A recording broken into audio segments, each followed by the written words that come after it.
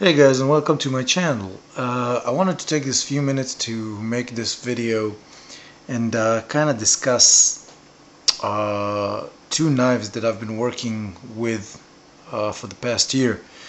Now, I see a lot of videos on YouTube regarding this knife and that knife, and some batoning tests, and people showing their knife and recommending certain knives. But one thing that I always try to look for when I see a video of someone that is talking about a knife is some wear and tear. I'm looking at a blade and I want to see some kind of uh, hints or signs that this blade has been used in a manner that can back up uh, the words and the recommendation. And what I want to do is I just want to talk about two knives that I've been using for the past year, and I've been using them hard. I mean, I've been raining fire on those blades, and I want to talk about some of the goods and bad, about those two knives. So I'm gonna start with the with the smaller blade that has been, you can say, has been my main knife for classes. I was looking at the beginning of the year for a cheap blade, something that can be replaceable in case of loss or wear, and I went ahead and I bought myself the Mora 511. We all know this blade. I mean, really shitload of reviews on this blade. It is a carbon steel, and I've been really beating down on this knife. The sheath is still holding up. I've been working with this knife daily.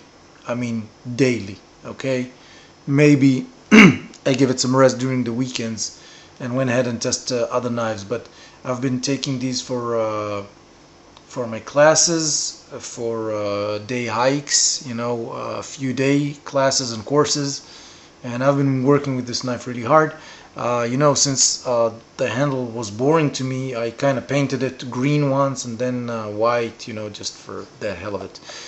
At a certain point, I took off the finger guard, and but basically, this is a Mora 511 carbon steel blade, and I'm very satisfied by the sheath, because I threw it in my bag, I put it on my belt. It was even a neck knife, and other than the fact that once you take off the guard, your retention will not be as great. Okay, the knife might rattle inside, but you can see still it has a pretty good retention.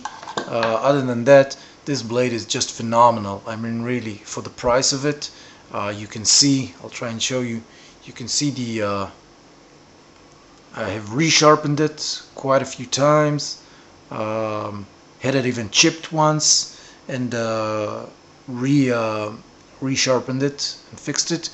The carbon blade tend to rust, but it also develop a certain patina on it, and the thing about carbon is that if you take care of it, and it's all good, and even if you get a little bit of rust, just some sandpaper will do the trick. You can see all the sharpening marks, and it holds an edge very well. Really holds an edge really good, and when you want to sharpen it, it's so easy, with the Scandi grind. You just place it, you get your angle, and you just go ahead and you sharpen it. Just great, no loose no loose parts, nothing. Everything is holding nicely. I threw this knife, I batoned with this knife, I shaved, I carved, I chipped with this knife. I even tossed it. I picked my coals with it. Made food, ropes, everything. Just a great knife, and I'm sure this knife can walk with me the distance for another year of activity. So you know, a lot of people are looking for a knife. What should be my first knife, guys? I mean, really, it's a no-brainer. Don't even think twice. Go ahead, get yourself a Mora, get yourself two of them. You're gonna be so happy. I mean, really, this is a working knife. This is a working beast, and I had great pleasure working with it, really. So thanks a lot for this knife. Second knife is a knife that I found about 8 months ago, and since then it has became, you know, my medium-sized blade, and has been a companion to the Mora knife. I usually carry it in my bag, in my backpack, or the side of my backpack.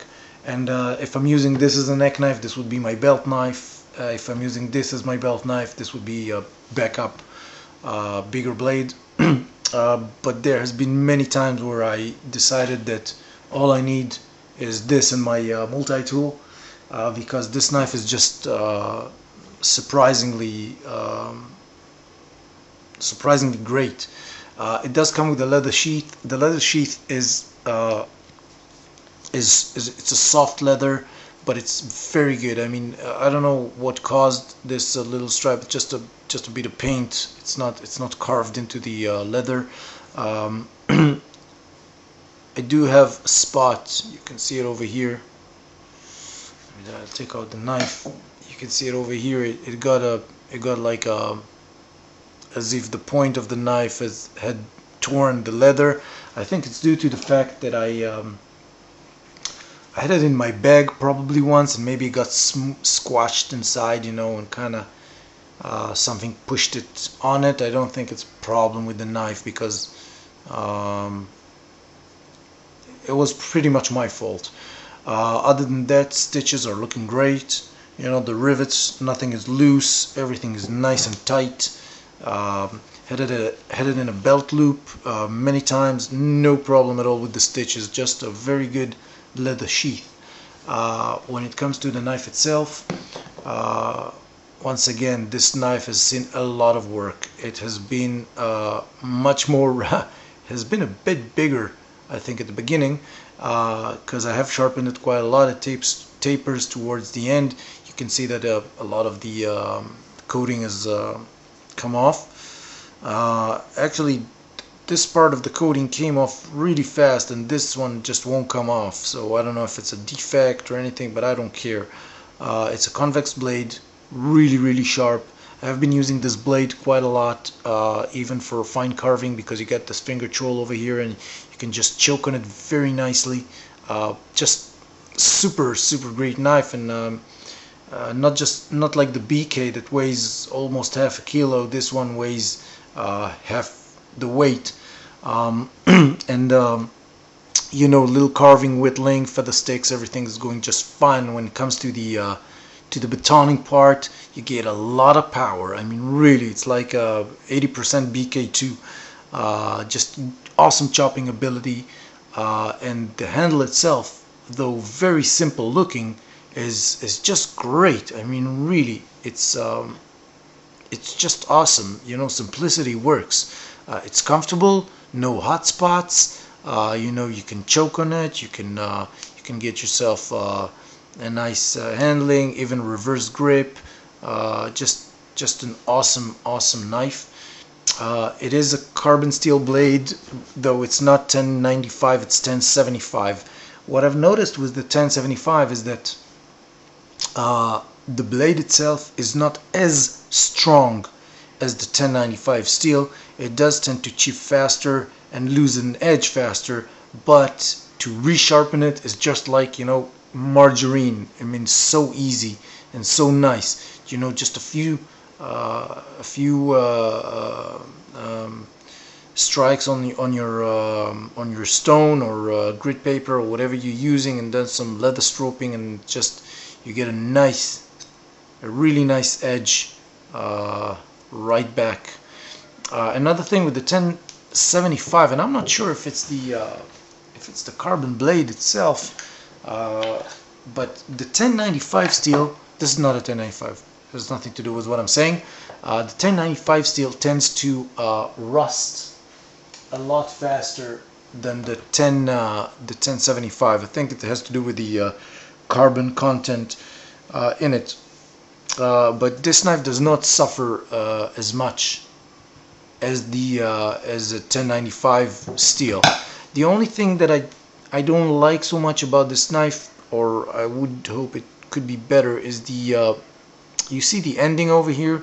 I'm not saying that it has to have a Spanish groove or anything, but this part is pretty hard to sharpen, and then I get like a little you know, like a little valley going on in here, which I don't like as much. I wish I could sharpen it deeper, but it seems to be a little hard because of the shape. But other than that, these two knives have just, you know, they made my year. I had so much fun working with them, and their prices are just, you know, you buy those two, you're under 50 bucks, $50, and with that kind of price, you can beat on it, you can hit it, you know, you can really let yourself go with your knives and not worry about destroying very expensive gear. So I really hope you like this review, and there will be more to come. So you guys have a great weekend, and bye bye.